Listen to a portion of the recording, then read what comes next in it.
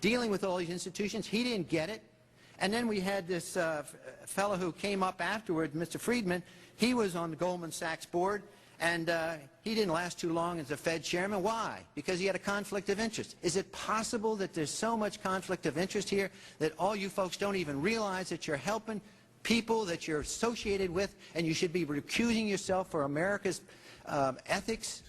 I behaved with the... You don't think you should have recused yourself when you asked Lehman to go in bankruptcy, you didn't put Bear Stearns in bankruptcy, and then you folded Merrill Lynch into... I mean, isn't there some point where you got to say, hey, I got a conflict of interest here? You don't feel any kind of scintilla of ethics on this thing at all? Totally. I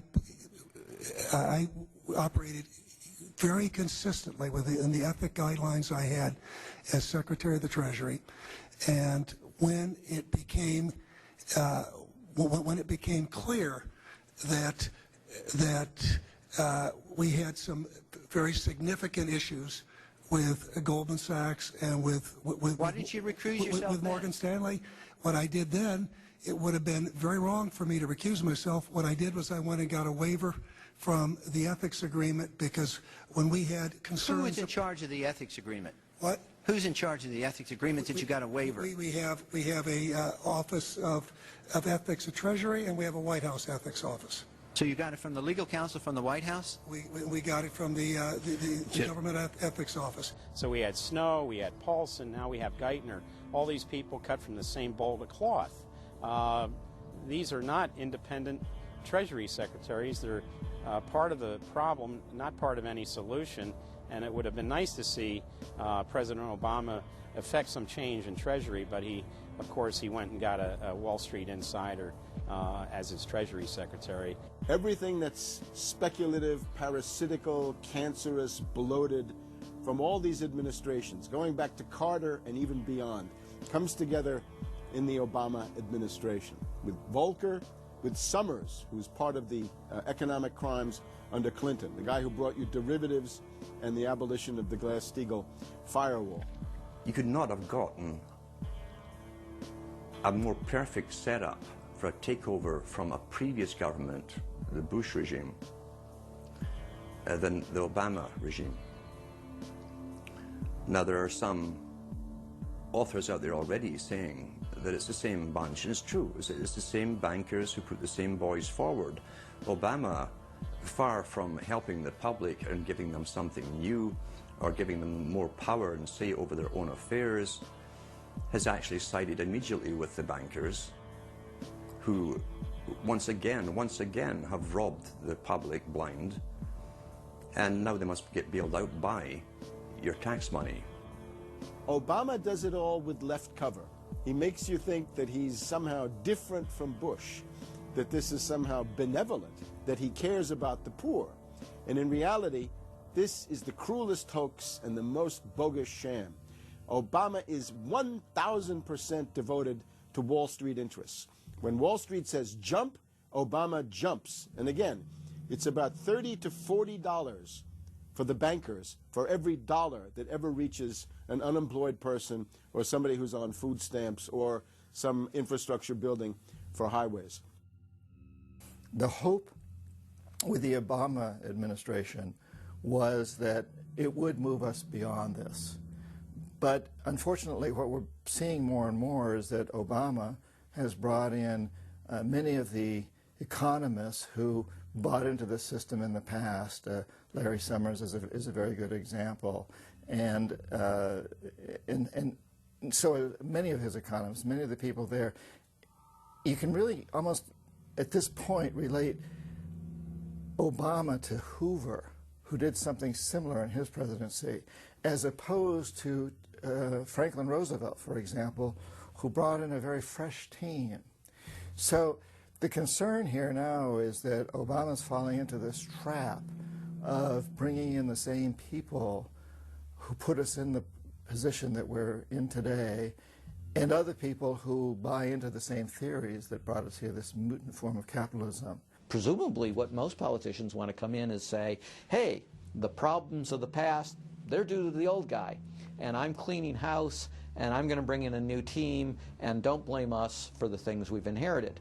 Can't say, you know, those policies of the past that came before were insane, because you got the guy that was one of the key architects of those policies.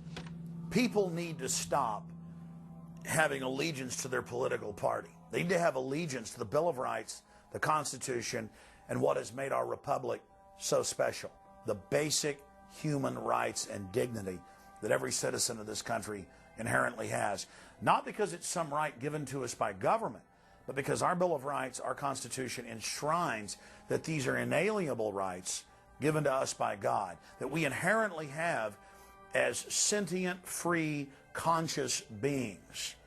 But instead the public cheers on the Republicans as they win, or cheers on the Democrats as they defeat the Republicans. It's an endless, staged, gladiatorial event, special interest own both parties, and they project this false left-right paradigm up as like a movie screen. And behind that, behind the throne, the establishment is able to control our society and engineer it into this high-tech police state. If you try to let the finance oligarchs who created the crisis turn around and say they're the doctors who are going to get you out of the crisis, they will dig you deeper and deeper into the bottomless abyss of world economic depression, financial collapse, and disintegration. The Democrats have really done more to destabilize the American economy and to help the big banks on Wall Street than the Republicans have done. I would imagine that the Republicans know a little bit more about finance and markets enough that when someone like Goldman Sachs asks the Congress to change laws as they did in the 90s to do away with position limits on the futures contracts, the Republicans would have said, no way, that's completely inconsistent with any notion of a fair market. But the Democrats, I have a feeling, are just not financially literate enough to say no. And I think that Goldman has very shrewdly positioned themselves with the Democrats, because the Democrats typically, like many NGOs that I've run into, they seem to have a complete inability to comprehend these issues of markets and finance and how it relates to social justice. So under the Democrats, we also saw the repeal of Glass-Steagall. Glass-Steagall said there's an inherent conflict of interest between the commercial banking side, which is the lending side, and the investment banking side, which is taking an ownership position. And we have to end this conflict of interest by separating these two entities. You can have investment banks and you can have commercial banks, but they have to be separate. Do you think that the repeal of Glass-Steagall was a tragic mistake? No, I don't think so. You could be a commercial bank like Chase Manhattan, or you could be an investment house like J.P. Morgan, or a bank like Bank of America, or an investment house like Merrill Lynch. But you couldn't be both.